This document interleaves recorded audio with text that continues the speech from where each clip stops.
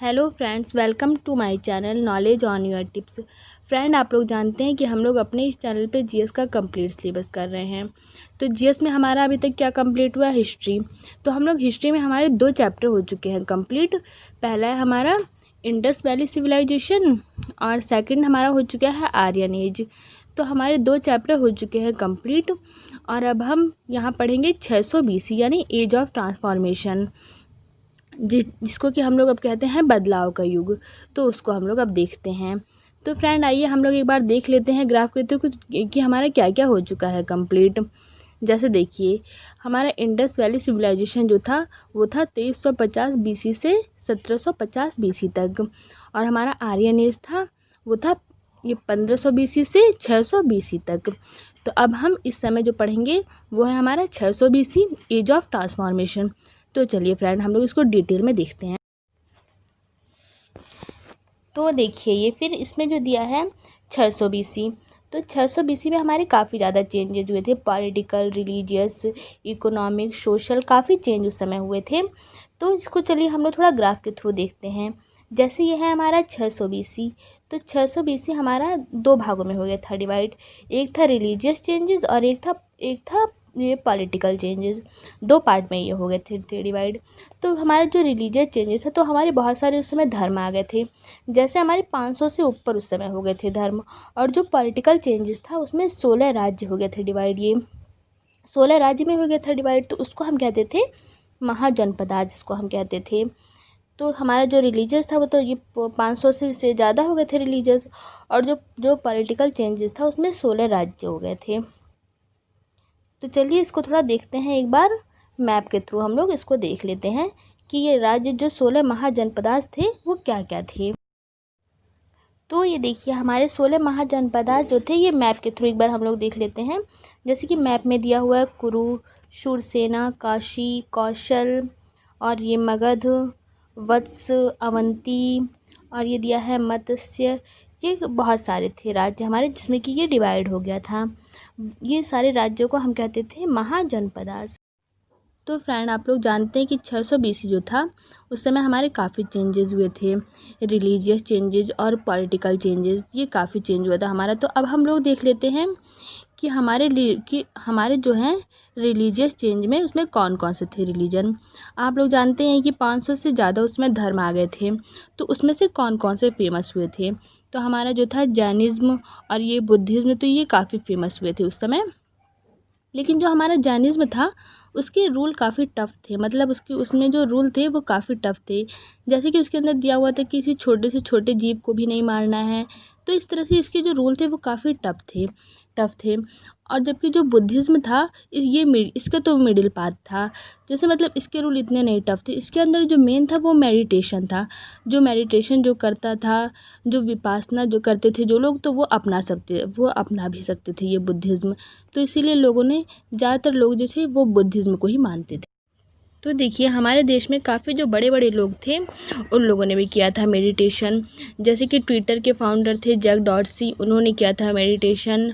और दिल्ली के सीएम अरविंद केजरीवाल और किरण बेदी और संदीप माहेश्वरी, ये सब लोग जो बड़े बड़े लोग थे उन सब लोगों ने भी ये मेडिटेशन किया था। ये जो मेडिटेशन जो लोग वो करते हैं लाइफ, उससे उन लोगों की लाइफ चेंज हो जाती है और काफ़ी ज़्यादा ज्ञान की प्राप्ति होती है।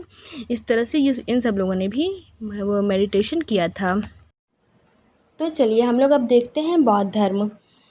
तो इससे जो पहले हम लोगों ने देखा था इंडस वैली सिविलाइजेशन, उस समय की जो सोसाइटी थी वो काफ़ी ज़्यादा डेवलप थी। उस समय स्त्री और पुरुषों को एक समान स्थान प्राप्त था। वो लोग जो सभा और समिति होती थी उसमें एक साथ जाते थे वहाँ पर। तो कोई भेदभाव नहीं था उन लोगों में। लेकिन हम लोग जब यहाँ 600 जो BC थी यहाँ तक आते आते उन लोगों में भेदभाव होने लगा। और जो पुरुष थे उन लोगों को स्त्रियों से ऊंचा स्थान प्राप्त था, और इन लोगों को जो होती थी, जो सभाएं और समिति होती थी, उसमें जो महिलाएं थी उन लोगों को जाने की अनुमति नहीं थी। तो इस समय आते आते हमारा जो समाज था उसका काफ़ी ज़्यादा पतन होता गया। तो इस तरह से हम लोग देखते हैं अब। तो चलिए फ्रेंड, अब हम लोग देखते हैं बौद्ध धर्म के बारे में। बौद्ध धर्म के जो संस्थापक थे वो थे गौतम बुद्ध। तो फ्रेंड, आइए अब चलिए हम लोग इसके बारे में थोड़ा सा डिटेल में स्लाइड में देख लेते हैं। इनका जो जन्म था ये हुआ था 563 ईस्वी पूर्व में लुम्बिनी के जो कपिलवस्तु में हुआ था इनका जन्म।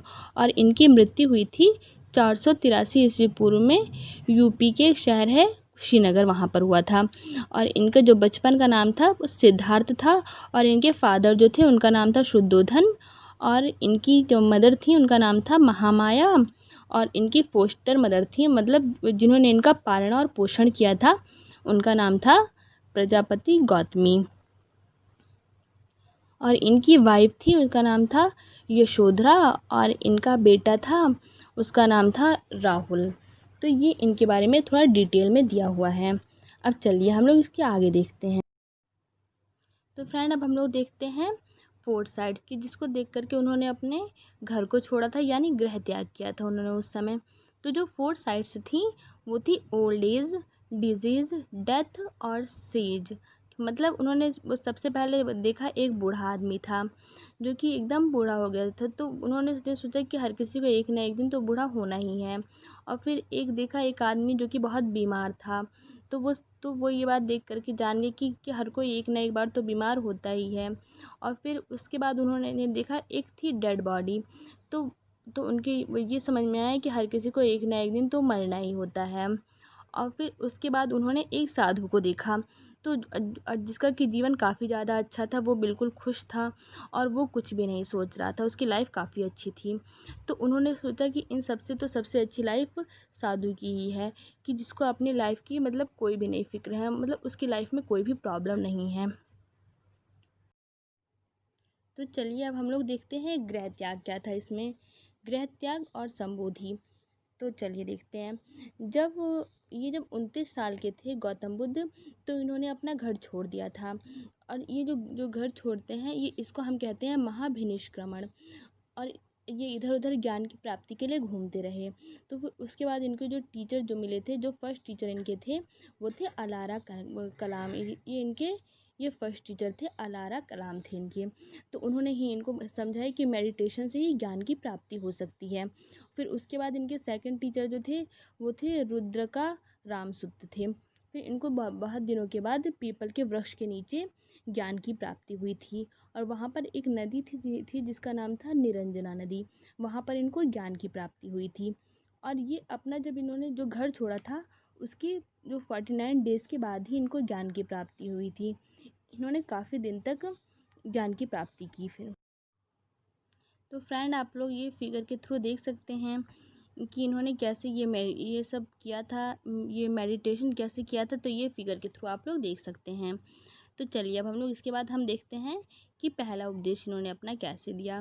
जो इनका जो पहला उपदेश था वो इन्होंने दिया था वाराणसी के पास सारनाथ में दिया था, जिसको हम लोग कहते हैं धम्म चक्र प्रवर्तन, हम कहते हैं इसको। और उनका जो पहला उपदेश था उन्होंने श्रावस्ती में दिया था। और उसके बाद उन्होंने सारनाथ में ही अपने एक संघ की स्थापना की, जहाँ पर उनकी जो जो प्रथम जो महिला शिष्या थी वो उनकी जो पालक माता थी, वो प्रजापति गौतमी, वही थी उनकी वो पहली शिष्या। तो चलिए अब हम इनके देखते हैं 4 नोबेल ट्रूथ कौन कौन से थे इनके।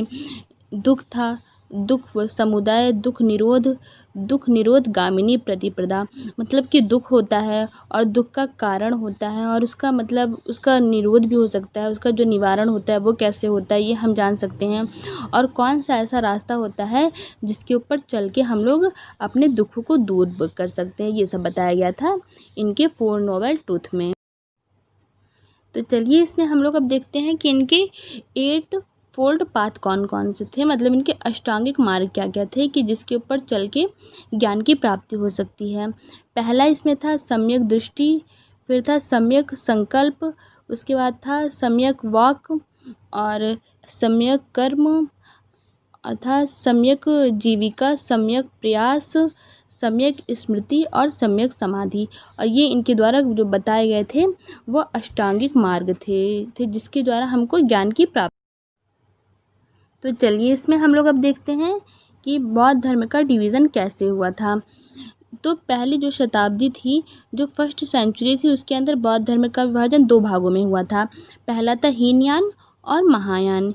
हीनयान में क्या था हमारा, हीनयान में था जो जो बुद्ध के जो मूल जो शिक्षण होते थे उसके बारे में इसमें दिया हुआ था। और ये लोग जो थे वो मूर्ति पूजा के अंदर नहीं विश्वास थे, इन लोगों का कोई विश्वास नहीं था मूर्ति पूजा पर। और इनका वो फिर से एक बार और विभाजन हुआ था, वो था वैशेषिक और शैतांत्रिक था। और फिर जो दूसरा पार्ट था वो हमारा था महायान। यहाँ जो महायान था इसके अंदर जो बुद्ध थे उनके जो स्वर्गाभास था उसके ऊपर इसमें अध्ययन किया गया था। और ये लोग जो थे वो मूर्ति पूजा को मानते थे। और ये भी दो पार्टों में हो गया था डिवाइड, ये था वो चित्रामास और माध्यमिका था। तो फ्रेंड अब हम लोग देखते हैं इसमें कि बौद्ध धर्म का विस्तार कैसे हुआ, यानी स्प्रेड ऑफ बुद्धिज्म। अब इसमें हम लोग देखते हैं तो बौद्ध साहित्य जो था उसमें त्रिपिटक थे। त्रिपिटक में इसमें 3 थे और इसकी जो भाषा थी वो पाली थी। ये काफ़ी बार एग्जाम में आता है, ये इंपॉर्टेंट है क्वेश्चन आपका कि उसकी त्रिपिटक जो थे उनकी भाषा क्या थी। तो उनकी भाषा पाली थी। और इसके जो त्रिपिटक थे वो 3 थे। इनका नाम था, जो पहला था उसमें उसका नाम था विनय पिटक, और जो दूसरा था उसका नाम था सुत्त पिटक, और जो तीसरा और लास्ट था इसका नाम था अभिधम्म पिटक। तो इन तीनों के बारे में एक बार देख लेते हैं। जो पहला था इसके अंदर दिया हुआ था बौद्ध जो भिक्षुक थे उसके अंदर जो भिक्षुक वहाँ के होते थे उन लोगों के लिए जो मठ के नियम थे ये दिए हुए हैं इसमें। और इसका जो संपादन किया था वो उपाली ने किया था। और सेकंड वाला जो है हमारा सुत्त पिटक, इसके अंदर जो बुद्ध के द्वारा दिए गए उपदेश उन सब का है संग्रह, और इसका संपादन किया था आनंद ने। और जो हमारा थर्ड वाला है वो है अभिधम्म पिटक। इसके अंदर दिया हुआ है कि सत्य के प्रकट होने के वो दर्शन वो ये सब इसमें दिया हुआ है। और इसका जो संपादन था वो किया था मोगलीपुत्र तिस्य ने किया था। जातक साहित्य के बारे में इसमें दिया हुआ है कि बौद्ध धर्म की जो बुद्ध की जो पिछले जन्म की कहानियाँ थीं वो सब इसमें दी हुई हैं जातक साहित्य में हमारे। और ये कविताओं के रूप में उसमें दिया गया है। और जातक जो थे 547 जातक थे हमारे टोटल। और इसका जो साक्ष्य हम लोगों को मिलता है वह अजंता की गुफाओं में मिलता है इन सब का साक्ष्य। तो हम लोग अब देखेंगे इसके बाद कि बौद्ध काउंसिल कहाँ कहाँ पर कौन सी हुई थी। तो हमारी चार बौद्ध काउंसिल है। तो हम लोग इन लोगों को अब देखेंगे कि ये कहाँ कहाँ पर हुई थी एक एक करके। उस समय राजा कौन थे और ये कौन से स्थान पे हुई थी, और उस समय चेयरमैन कौन थे, ये सब चीज़ हम लोग अब देखेंगे। तो देखिए जो हमारी जो पहली काउंसिल हुई थी उसका टाइम पीरियड था 483 ईस्वी पूर्व में।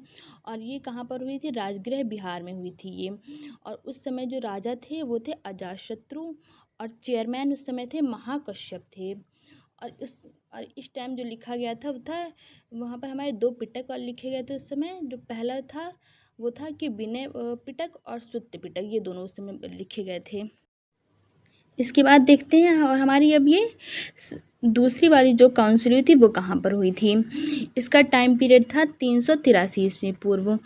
और स्थान था ये हुई थी वैशाली में बिहार में हुई थी। और इसके जो राजा थे वो थे कालाशोक, जो कि राजवंश उनका था शिशुनाग। और जो उस समय चेयरमैन थे वो थे सबाकामी। और इस समय बौद्ध धर्म 2 पार्टों में हुआ था डिवाइड, एक था स्थाविर और दूसरा था महासांघिक। तो अब ये देखते हैं हम लोग हमारी थर्ड बौद्ध काउंसिल जो थी उसके बारे में देखते हैं। तो और इसका टाइम पीरियड था 251 ईस्वी पूर्व। और जहाँ पर ये हुई थी बिहार के पाटलिपुत्र में हुई थी ये। और उस समय जो राजा थे वो थे अशोक, और उस टाइम के चेयरमैन उस समय थे मोगलीपुत्र तिस्य। और उस समय अभिधम्म पिटक को लिखा गया था उस समय। अब देखते हैं इसमें लास्ट जो बौद्ध काउंसिल थी चौथी वाली, ये कहाँ पर हुई थी। इसका टाइम पीरियड जो था वो था ये 1st सेंचुरी में हुई थी। और इसका स्थान जो था वो कश्मीर में हुई थी ये। और राजा उस समय थे वो कनिष्क थे, जो कि कुषाण जो वंश था उसके ये राजा थे। और जो उस समय चेयरमैन थे वो थे वसुमित्र। और इस समय बौद्ध धर्म जो था वो 2 संप्रदाय में हुआ था विभाजित, हीनयान और महायान में। और अब 5वीं और 6ठी बौद्ध काउंसिल भी हुई थी, ये वर्मा में हुई थी, लेकिन इसके बारे में एग्ज़ाम में नहीं पूछा जाता है। तो चलिए इसको छोड़िए, अब हम लोग देखते हैं कि बौद्ध धर्म के 5 महाप्रतीक कौन कौन से थे। उनका जो जन्म हुआ था उसका था प्रतीक था कमल, हाथी और बैल। और महाप्रस्थान जो घर उन्होंने त्याग किया था उसका उसका जो प्रतीक था वो था घोड़ा। और ज्ञान की प्राप्ति जहाँ हुई थी वो था बोधि वृक्ष था। और जो पहला उपदेश उन्होंने दिया था उसका जो प्रतीक था वो पहिया था। और जो उनकी मृत्यु हुई थी उसका उसका जो प्रतीक था वो था स्तूप और फुटप्रिंट था। उसके सब थे प्रतीक। और ये देखिए नीचे दिया हुआ है, ये बोधि जो वृक्ष था उसका ये दिया हुआ है चित्र। Thank you friends. अब हमारा यहाँ पे बौद्ध धर्म कंप्लीट होता है। इसके बाद हमारा जो नेक्स्ट टॉपिक है वो है जैन धर्म। तो फ्रेंड, अगर आपको मेरा वीडियो अच्छा लगा हो तो इसको लाइक आप करिएगा, शेयर और सब्सक्राइब भी करिएगा।